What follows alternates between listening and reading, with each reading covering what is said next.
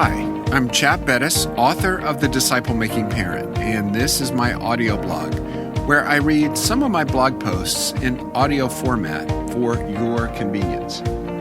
Well, in today's episode, we're going to be thinking about connecting with your introverted teen. At a recent conference, I was urging fathers to press in and communicate with their children. One father asked me, how do I communicate with my 16-year-old who is very introverted and doesn't seem willing to talk? Well, here are a few things to consider. One, start by considering the environment. I would ask if this is a personality issue or has the lack of communication come about because of something that's happened. Is there an open communication dynamic in our home? Or have I sinfully allowed him to turn in on himself because I was too busy or afraid to press in? So, number one, start by considering the environment. Number two, prepare him for increased conversation. I think I would say something like this. Hey, Alex, I've noticed that we struggle communicating, but we really need to connect, especially as we're thinking about college. I know that sin affects our communication, and some people overtalk and some people undertalk. I think we are on the undertalk side of things. But personality is not destiny. We can change in this way. So in a week, we're going to go out and we're going to talk about college and what you're thinking. Specifically, I'd like you to think about question 1 or question 2, etc. In other words, what we're trying to do is warn him that the communication status quo is going to change. So number 2, prepare him for increased conversation. 3, I might give him another reminder the day before. Hey, I'm looking forward to going out tomorrow morning. Have you thought any more about what I asked you? So I might give him another reminder the day before. Number 4, prepare for the time to communicate. Too often, we're haphazard in our communication. So set aside a time and a place to talk. Come with prepared questions. You know, there are different levels of communication. There's the information level, the opinion level, the feeling level, and then the heart level transparency. If there's not been open communication, then you want to keep it at the top levels of information. Coming with a prepared list of questions is often vital to a successful conversation.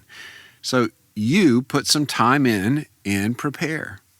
So number 4, prepare for time to communicate. Number 5, as you go out, make sure you're communicating Christ-like affection.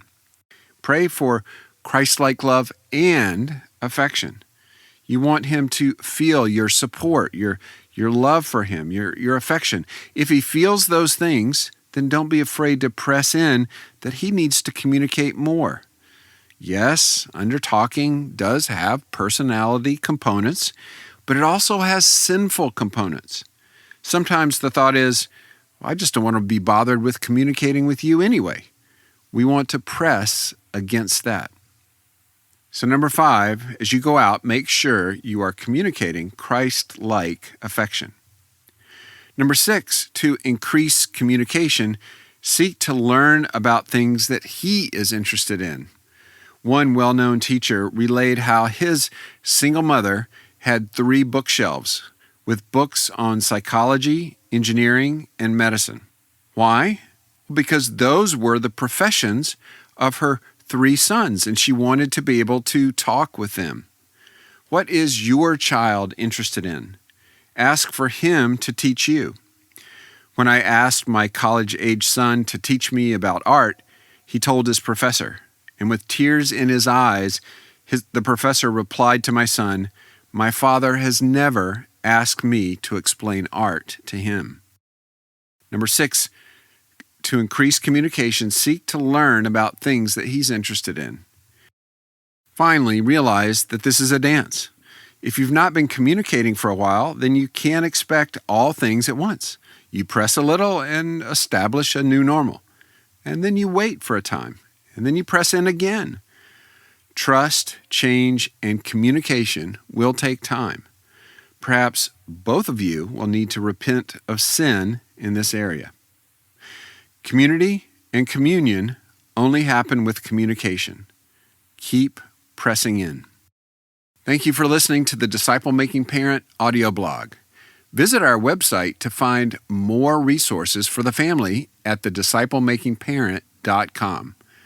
And if you enjoyed this episode, please consider telling someone else about the show and leave us a rating or review. Both of those small things help others discover this material. Thanks a lot for listening.